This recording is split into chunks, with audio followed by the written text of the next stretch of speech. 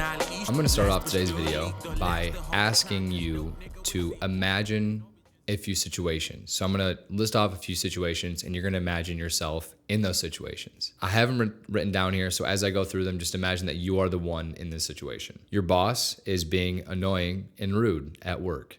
Your video that you just posted is getting no views. A barista just messed up your coffee order at the coffee shop. You're on vacation, it's outside, and the weather is ruining it. It's raining, it's shitty out. There was a death in your immediate family. You just lost a high-paying client for your business. You just missed your PR in the race that you just trained 6 months for. You just got cut off on the highway and nearly drove off the road. Now, if I asked you how those situations made you feel, chances are you would say something like angry, upset, frustrated, confused, annoyed. In general, you would probably have a pretty negative reaction to those situations, which seems justifiable. Like, those are all shitty situations, right? Like, you would assume or expect that someone would be upset or frustrated or annoyed with those situations. And it wouldn't be out of the norm for it to ruin your mood, or maybe even ruin your day or week or month or even year, especially something like a death in your immediate family. You could see how that would ruin your whole year, or how losing your highest paying client might ruin your whole month because it takes a huge hit to your, monthly revenue for your business. But the question now is why? Why do things like this and situations like this put us in so much dismay?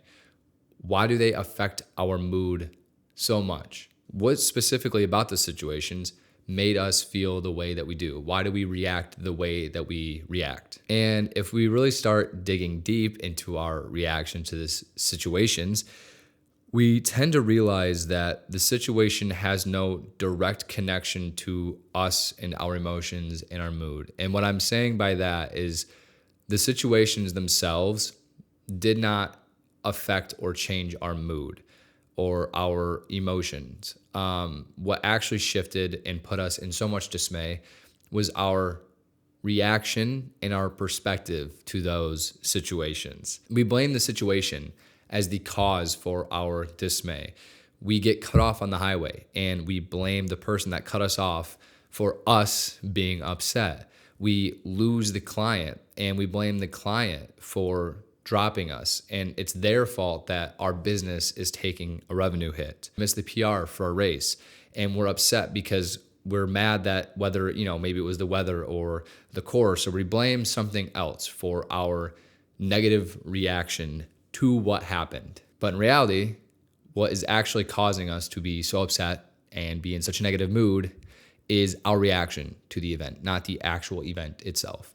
Let me explain. If I asked you right now what you have complete control over every second of every single day, there is essentially two things: your physical body and your mental. As much as we like to believe that certain things are within our control, at the end of the day, the only thing that we can control is our mind and our body. We can't control external forces. We can't control if our boss is rude, if the client drops us, if we don't hit our PR, whatever. All the things I just listed, in reality, are not within our control. The only thing within our control is our mind and how we react to them. It is entirely our own responsibility to decide how certain events shape us and our mood and our reaction to them. And I believe, at least, that the reason why we act this way is because it is a defense mechanism for ourselves. Because in reality, it kind of makes us feel better when we don't have to take on this responsibility, when we can blame other things for our shitty mood and our shitty motivation or all the bad things in our lives. If we can constantly put them off to other people, we think it will make us feel better. Now, obviously, long term, it doesn't, and you end up having a victim mentality, which is what I'll talk about in a second here. But the reason why we do this at its core is because we have this belief that since we are at the center of our own world, we are at the center of the world, which obviously is not true. And I think if you asked anybody that, they would probably agree with you. But subconsciously, we react the way that we do and view things the way that we do because we feel inherently and naturally that we are at the center of our world, which makes sense because every day of our lives, we are at the center of our own world because we are ourselves. But the reality situation is that to everybody else in the world, you're not. For example, when someone cuts us off on the highway, we're mad at that person because we're like, how the fuck could you cut me off? Like, it's your fault that you cut me off, when he's probably, or they are not even thinking about you. And it's entirely your own fault that that person's decision to cut you off is making you upset. Rather than having someone cut you off, flipping them the bird, having this frustration all the way to work, and then having that ruin the first half of your day, just stop, take a breath, and think, wow, maybe they just didn't see me, and I shouldn't let a simple mistake of someone not seeing me ruin my entire fucking day. Or B, if they did see you, that's their own problem for being rude. And that should not have to bleed into your own life and your own perspective of the day or of your life. Here's a hard pill to swallow. And so if you're easily offended, maybe this is your point to click away. But if it feels like it always sucks, maybe it's your perspective of the world that needs to change. If it always feels like the world is putting you through hell, maybe it's because you think it revolves around you. If you're always in this constant state of, it's not working for me, the world's working against me, like everything shitty happens to me, maybe it's your perspective that needs to change and not the world. When you think the world is happening to you, it's no wonder that you see the negative everywhere. It's because there is negativity everywhere. Shit does go bad all across the world all the time. So if you believe that the world is happening to you and that it revolves around you, it's no wonder that you constantly feel upset and, bad and negative and everything is shitty. But when you realize that you're just happening with the world, I'm not trying to get too spiritual here on you, but when you feel like you are one with the world. The world is happening with you. You begin to realize that it's just part of nature. Like there's going to be ups and downs. We can't avoid that, but it's how we react to them that determines what we actually do. An idea that gets thrown around a lot is this idea of like total responsibility, meaning you take responsibility for everything that happens in your life. And I agree with it, but I think a lot of people take this the wrong way. A lot of people take this in the sense of take responsibility of all outcomes. And where maybe some people believe that, I think inevitably that's going to make you feel worse than you did before, because if you're new to something, the outcome typically is going to be bad for a while. And so if you constantly think that the bad outcome is your fault, you're not going to feel good. Whereas I view it more so as taking responsibility by doing everything you can to increase the likelihood of a positive outcome. So what I mean by that is this. If something goes wrong, let's say you start a new business and you're doing it for 6 months and then it just fails miserably. You never get off the ground. You never hit the revenue you want to, whatever, it fails. Rather than taking responsibility of the outcome, meaning like, this is all my fault, this sucks, take responsibility for everything you did leading up to that outcome. Take responsibility for maybe not putting in enough hours, maybe not investing enough money into learning how it operates, maybe taking responsibility for knowing that you should have talked to more people about it, taking responsibility for knowing that you could have improved your skills. So yes, taking responsibility outcome, but knowing simply it's because of the work you put in leading up to it. I think as creatives, this mindset is essential.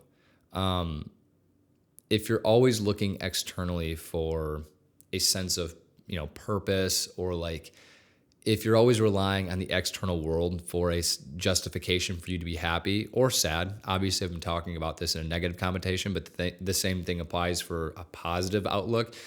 If you're always looking externally for how you should feel, you will never be consistent, like ever. Like if you're constantly relying on people to like your video or get views or to hire you for a job or whatever this is, like if you're constantly relying on external motivators to be happy or to at least decide how you should feel about something, you'll never be consistent. This was like such a huge like eye opener for me when I started to actually take like my creative business seriously. And this is an idea that's, if you haven't noticed by now, popularized by stoicism, which if you've been around my account for long enough, you've known that this was a huge motivator for me in the beginning. And it still is. I just don't talk about it as much. But being able to rely solely internally for motivation and a sense of purpose allows you to be so much more consistent. Like if you rely, for example, if you're a creator and you're relying on the performance of your content as an indicator for you to continue, you're going to be disappointed. Like, yeah, you might have some videos that do good, but the general consensus is like, it's not always going to be like that. And so if your content is going like this, up and down, like doing good, doing bad, which it will, so is your emotions and so is your motivations. Whereas if you take a stoic approach and focus simply internally on how you can make yourself happy and, more positive, or at least be the best you can every day, you can focus on the actions that will allow you to do that. Rather than focusing on the outcomes for a sense of accomplishment, focus on the work for a sense of accomplishment. Focus on showing up, constantly improving, seeing where you're falling short and consistently being better. This doesn't mean that you're going to be perfect every day, because you're not going to be perfect every single day, obviously, but at least realizing and acknowledging that you're trying to be better every day will greatly increase your quality of life and just make it more sustainable for you long term. I've said this a million times, I think, in my newsletter. Maybe I want it to be like a famous quote or something someday, but I always say, if you rely only on the fruit of your labor for a sense of accomplishment and not the labor itself, you're giving up all control of your emotion and motivation to the universe. And the universe does not give a fuck about you, which I think kind of like sums up this idea as a whole. If you're constantly relying on external motivators for how you should feel, if you're constantly allowing things that you have no control of to dictate your emotions, if you're always looking for something external as an indicator of your success, you will never be successful. You will never be truly happy, and you will never find like the peace that you're looking for. This topic might seem different than what I talk about usually. At least to me, it feels a little different. It's a lot more like philosophical.